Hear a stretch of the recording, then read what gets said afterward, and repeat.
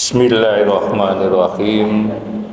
Assalamualaikum warahmatullahi wabarakatuh. Innal hamdalillah wassalatu wassalamu ala Rasulillah wa ala alihi wa sahbihi wa mawalah. Wala khawla wala quwwata illa billah. Amma ba'd. Hadirin jemaah sholat zuhur yang dimuliakan Allah, penyampaian saya akan saya mulai dengan sebuah cerita. Suatu ketika di sebuah pengajian, ada seorang ustadz menjelaskan hubungan antara takwa dan rizki. Dia mengutip ayat Al-Quran, wa may yattaqillah yaj'al lahu makhraja wa yarzuqhu min haitsu la yahtasib.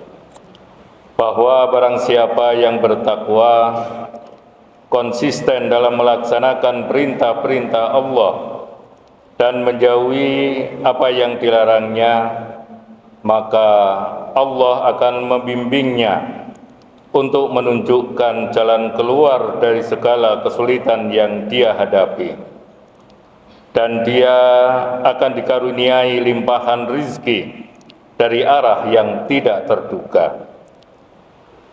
Sang Ustadz juga menyitir hadis ihfadillah yahfadka.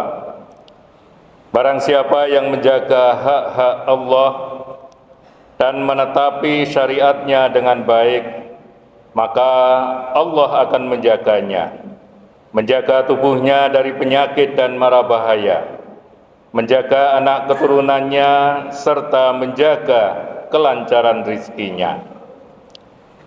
Di akhir acara pengajian tersebut, ada di antara jamaah seorang laki-laki bertanya, "Ya Ustadz, saya ini sholatnya bolong-bolong, dan puasa Ramadan saya hanya tergantung mood, tapi rizki saya lancar-lancar saja.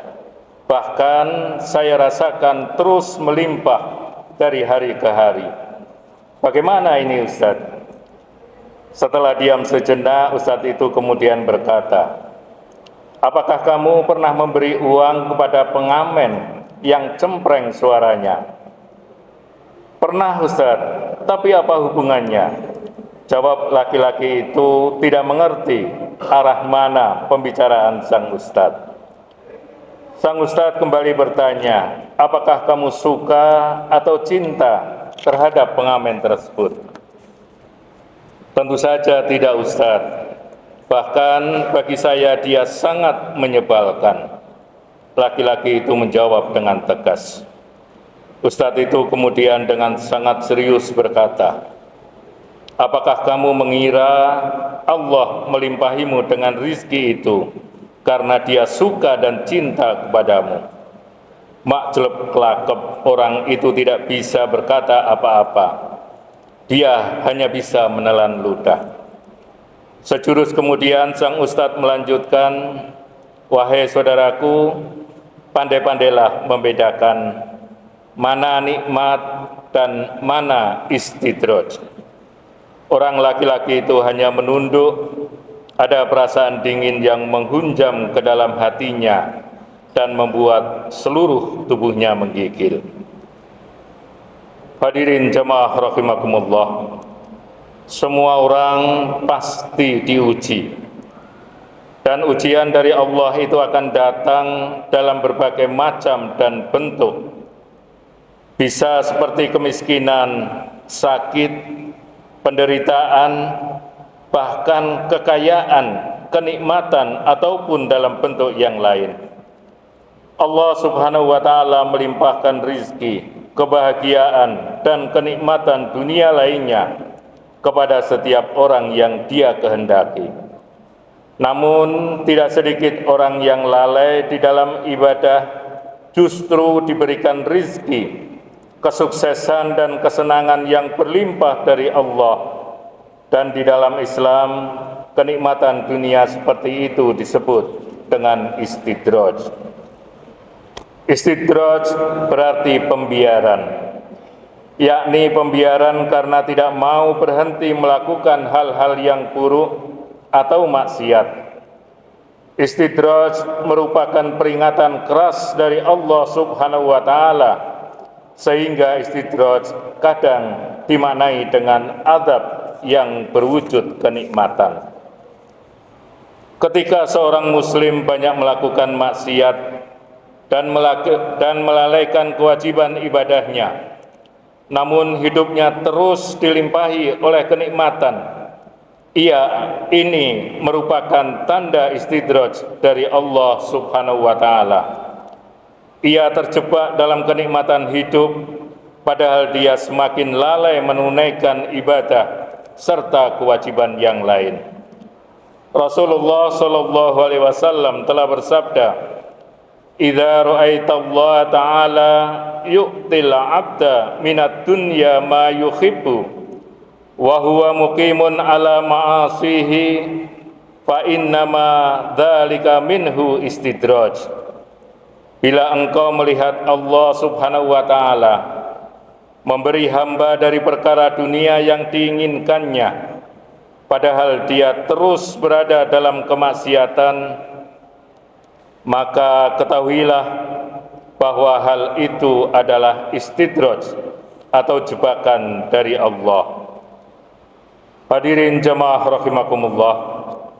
Jadi istidraj adalah pemberian kesenangan untuk orang-orang yang dimurkai oleh Allah, agar mereka terus tenggelam di dalam kemaksiatan dan kelalaian beribadah, hingga pada suatu ketika semua kesenangan itu dicabut oleh Allah, dan kemudian mereka sadar dalam penyesalan yang sudah terlambat.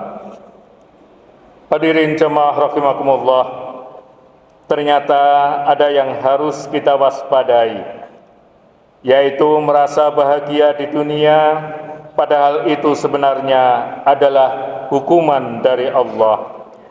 Karena kebahagiaan tersebut tidak berada di atas landasan syariat Islam yang benar.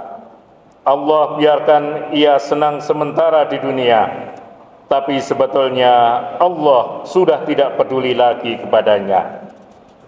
Allah Subhanahu wa Ta'ala telah berfirman, "Falamma nasu ma dzukkiru bihi fatahna alaihim abwaaba kulli syai' hatta idza farihu bima utu akhadnahum baghtatan fa idahum mublisun."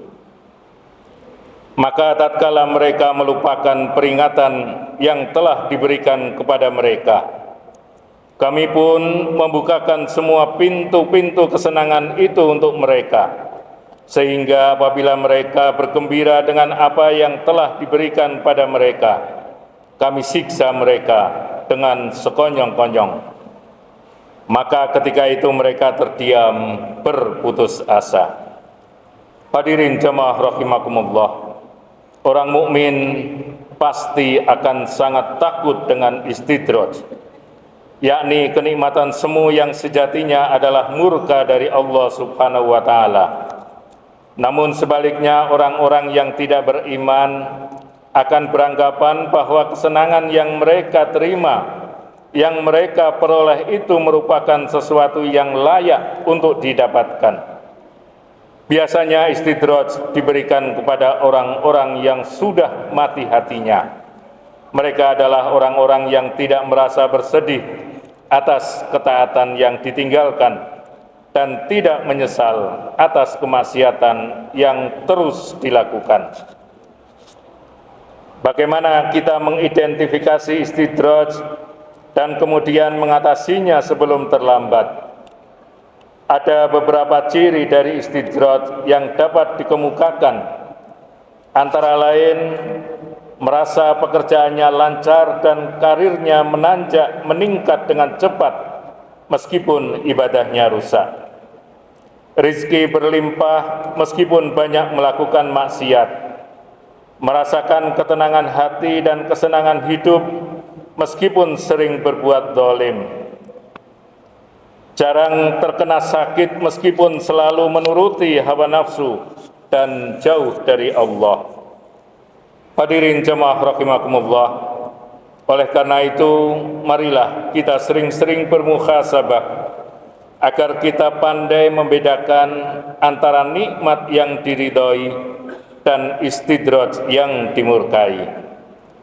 Beberapa hal yang patut kita lakukan untuk menghindari dan mengatasi istidraj diantaranya adalah dengan banyak bertobat dan memohon ampun serta beristighfar kepada Allah Subhanahu wa taala.